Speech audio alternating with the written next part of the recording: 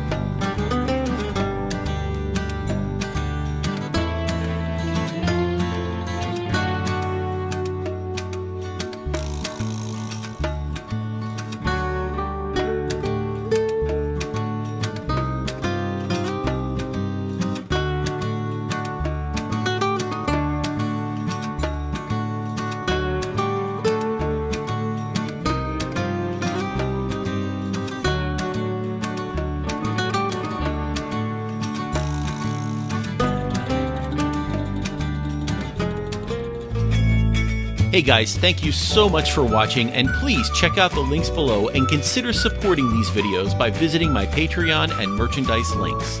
But the biggest thing you can do is like this video, subscribe to the channel, and share it with all your friends. Your support keeps this channel going and helps me keep making awesome travel videos. Thanks again, and I'll see you on the road.